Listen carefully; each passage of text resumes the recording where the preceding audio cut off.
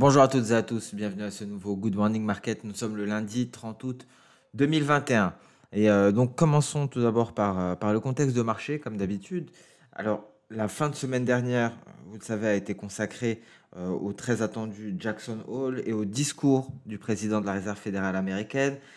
C'était un événement qui était attendu depuis des semaines. Avant même le départ, avant même le coup d'envoi de Jackson Hole, certains intervenants de la Réserve fédérale américaine ont émis des commentaires hawkish. Ça a renforcé le biais vert et cela a attiré encore plus l'attention sur Jackson Hole.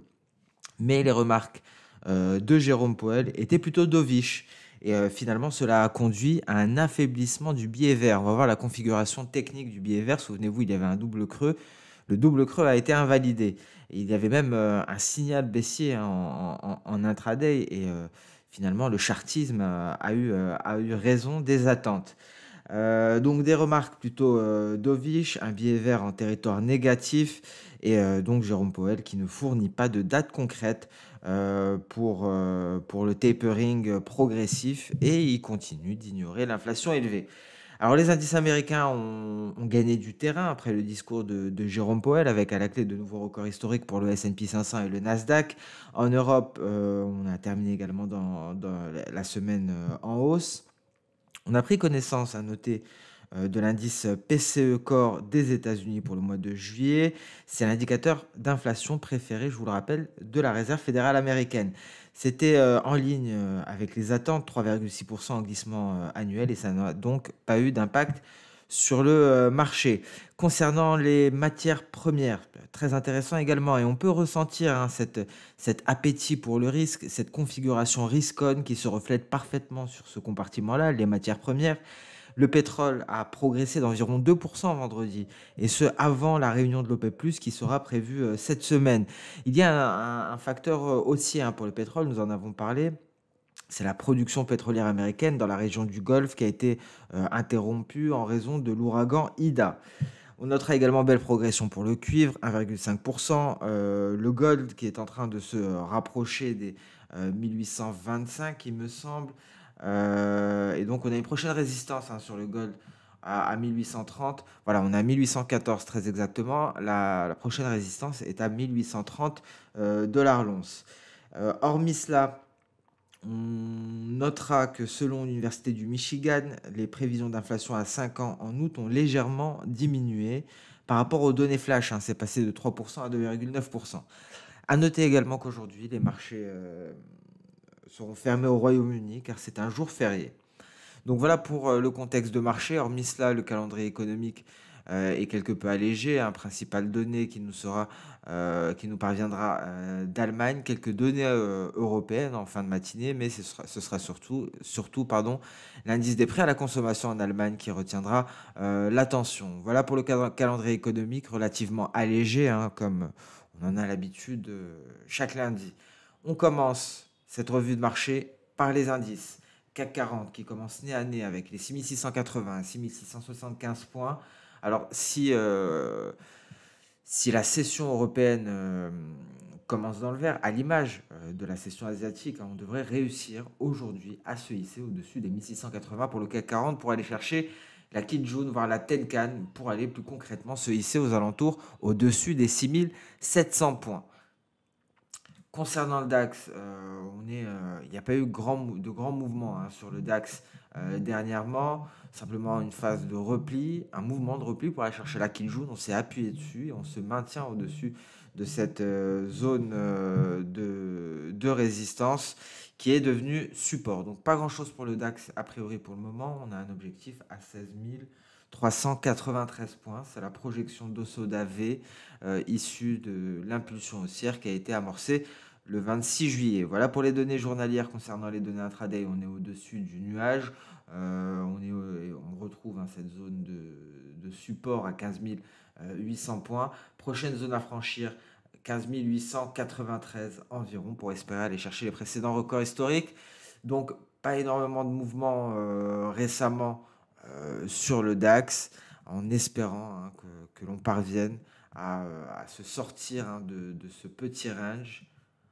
Donc ici, hein, la cassure de cette oblique baissière qui relie les précédents sommets pourrait être un bon signal en intraday, hein. Je pense que ce serait la meilleure indication, hein, pour un top départ, pour une reprise haussière du DAX. Le Nasdaq, nouveau record historique après Jérôme Powell, après Jackson Hole. On a 15 436 points pour le moment. On a des objectifs. Souvenez-vous, en intraday, ici, on s'est hissé au-dessus des 161,8%. La prochaine cible est un peu éloignée, 17 070. On retrouve en intraday une projection de Soda que voici, 15 535 points environ, un dernier rempart avant les 15 700. Donc voilà le prochain objectif à aller chercher pour les Nasdaq si la dynamique actuelle venait à se poursuivre. En données H1, pas grand chose à part un signal Ishimoku validé, hein, vous voyez le franchissement de nuage. Et donc tous les voyants sont dans le vert, quelques seules unités de temps. S&P 500 également, nouveau record historique, avec une projection de Soda à aller chercher, 4540 points, hein, 40 points plus haut pour le S&P 500, et ce serait un nouveau record historique. On est sur des sommets historiques sur le S&P 500, comme pour le Nasdaq. Seul le Dow Jones est, relativement éloigné, hein, de son record, mais il a un objectif ici, un retracement externe de Fibo à 35 844 points. Il a également une projection de Soda relativement éloignée. Pourquoi? Parce que c'est en journalier. La projection de Soda est à 37 000 points. Donc un Dow Jones qui, s'il parvenait à rattraper son retard et à aller sur ses records historiques pour aller chercher les 37 000 points, le seuil psychologique des 37 000 points. Pas grand-chose en intraday. Le Bitcoin, 47 000 dollars, 47 700. Repli, hein, en ce début de séance. Rien à signaler ici. On a raisonné en termes d'overbalance. Il faudrait donc une cassure du support et donc une cassure de cette moyenne mobile simple à 200 périodes pour avoir un signal d'alerte. En revanche, si on parvenait à passer au-dessus, à s'installer au-dessus des 50 000 dollars, ce serait un signal haussier, un signal qui viendrait renforcer les perspectives haussières. Attention à l'Ethereum tout de même, hein, vous voyez, on a un signal Ishimoku, sortie de nuage par le bas. On attend la validation. Si c'est validé, le repli pourrait s'accentuer en direction des 3060 dollars, voire 3000 dollars. Donc 3050, hein, plutôt, c'est la borne inférieure ici du précédent range. Donc prudence, hein, cela voudrait bien entendu dire que le Bitcoin pourrait se replier pour aller chercher la moyenne mobile à 200 périodes. On passe sur le compartiment des matières premières. Cet affaiblissement du dollar a favorisé le gold, Jérôme Powell, plus dovish qu'attendu, malgré les commentaires hawkish d'autres membres de la Réserve fédérale américaine, et donc la baisse du billet vert que l'on retrouve ici en jaune, a renforcé le métal jaune. C'est peut-être un signal haussier ici, hein, avec la sortie par le haut de la cassure de cette oblique baissière en pointillé. Mais je pense que plus largement, c'est le passage au-dessus des 1830 dollars l'once qui viendrait confirmer les perspectives haussières. On va le voir ici en données intraday, 1830, c'est ce niveau de résistance. Et c'est la cassure de ce niveau qui pourrait nous permettre d'envisager un gold, une réelle reprise haussière du gold, hein. Et ça aurait tout son sens d'un point de vue journalier parce que ce serait un signal d'achat Ishimoku avec sortie par le haut du nuage validé par la Chikuspan. Alors pour plus de clarté, je retire le billet vert. Voilà, ça vous permet donc de mieux apprécier la situation technique sur le métal jaune. On passe à présent sur le pétrole. Alors vous voyez, on se replie au contact des 69,40, on se replie au contact du bas de nuage. On a eu une belle hausse qui a été soutenue par les craintes concernant la production aux États-Unis. La semaine commence dans le rouge et cette semaine, on prendra connaissance. Il y aura donc cette réunion des pays membres de l'OPEP+. Donc peut-être un tournant pour le pétrole qui, en donné un intraday, a donné un signal d'achat, hein, en sortant du nuage par le haut, signal validé par la Chikuspan. On est allé jusqu'au retracement à 50%, vous voyez, avant de se replier. Et la cassure des 61,8% pourrait être un signal précurseur, hein, d'une phase de repli, peut-être en direction des 67 dollars. Gaz naturel, souvenez-vous, beau démarrage haussier, très beau signal Ishimoku. On le voit ici en données H4, données journalières, hein, vous voyez. La hausse, hein, pourrait se poursuivre jusqu'à 4,875, hein, c'est la prochaine cible. Pour le moment, pour le gaz naturel, attention tout de même à la saisonnalité. Il y aura un creux de court terme prochainement. On n'a toujours pas atteint le pic, hein, bien entendu, mais on attend un creux avant le réel démarrage de du rallye. pour la saison prochaine. Le café, peut-être un signal sur le café. Vous voyez ici, c'est en données H4. On attendait la cassure des 190. On a cassé la 190, les 190, pardon. Il nous faudra une confirmation aujourd'hui. Plus largement, une sortie de nuage par le haut. Alors, si on sort du nuage par le haut, le signal est déjà validé. La Chikuspan est déjà dehors, hein, vous voyez. Elle est prête à exploser. Il faudrait que les cours parviennent à sortir par le haut du nuage en données H4. Et donc, la cible serait à 202, le seuil psychologique des 200. Et même plus largement, hein, les récents pics pour aller chercher 210, voire 215. Pour le café, on voit ici en données journalières, on a une Kijun. Il faut s'installer au-dessus de la Kijun en données journalières pour aller chercher les 23,6%. Donc le café qui pourrait nous intéresser, peut-être un prochain démarrage. Copper, rien à signaler, toujours au niveau de la ligne de coût. À voir aujourd'hui, en intraday, on est entre la zone de support à 9310 et la zone de résistance à 9500 $ la tonne.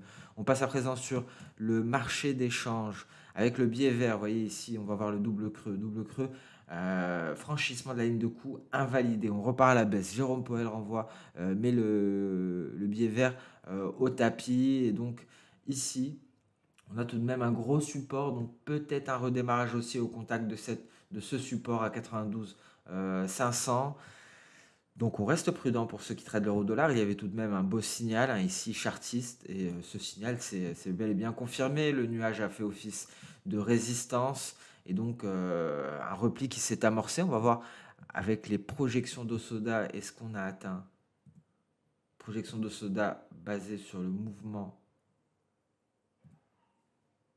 qui nous a permis de sortir de la figure. Vous voyez, on a tout de même un objectif assez éloigné. Ça correspond à ce support, très exactement, celui de début août.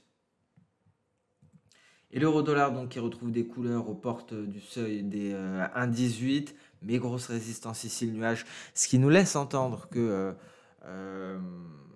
même si on a une certaine marge baissière, on va avoir une certaine difficulté à casser les 92 500 pour le billet vert et à se hisser au-dessus des 1,18 60 pour l'euro-dollar. Donc certes, perspective haussière pour l'euro-dollar, mais avec un objectif assez rapproché. Donc le rendement, le ratio risque-rendement ne favorise pas les acheteurs. Je préférerais attendre et voir la réaction de l'euro-dollar au contact des 1,1850, 1,1860. Concernant l'euro-CAD, donc on avait vu cela avec l'overbalance, on est à l'intérieur du nuage, hein, pour le moment, rien à signaler. En tout cas, on a bel et bien répliqué les deux précédentes amplitudes, celle-ci en bleu et celle-ci en jaune. On attend une sortie de nuage par le bas et il pourrait s'en suivre un repli jusqu'au support des 1,4775, dernier rempart avant les 1,4660. GBP-USD, on est face à face, nez à nez avec une résistance, notre nuage. GBP-CHF, on tente justement d'intégrer le nuage ici. Et on attend donc la cassure de support pour envisager de nouvelles perspectives baissières. On est relativement neutre, hein, pour le GBP-CHF pour le moment. GBP-Yen, il faudrait sortir par le haut du nuage pour espérer la reprise du rebond.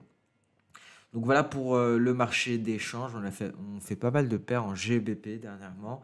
Le début de semaine devrait être relativement calme. Il y a un certain appétit pour le risque, hein, qui a été nourri par le discours de Jérôme Powell. Donc on peut s'attendre à une progression des indices. En tout cas, à Wall Street, les valeurs technologiques devraient poursuivre sur leur lancée, à voir si le Dow Jones arrivera à rattraper son retard et à aller marquer de nouveaux records historiques. Alors sur ce, je vous souhaite une très bonne séance de trading. On se donne rendez-vous un peu plus tard. Je publierai la vidéo hebdomadaire. On va faire un point hebdomadaire aujourd'hui. Ça fait longtemps qu'on ne l'a pas fait. Donc on va s'intéresser au pétrole, hein, particulièrement, et aux fondamentaux des indices boursiers du marché action américain. Donc merci à toutes et à tous pour votre fidélité, merci pour votre temps. Je vous donne rendez-vous cet après-midi pour le point hebdomadaire, et pour les autres, ceux qui ne seront pas disponibles, on se donne rendez-vous dès demain pour le prochain Good Morning Market. Au revoir.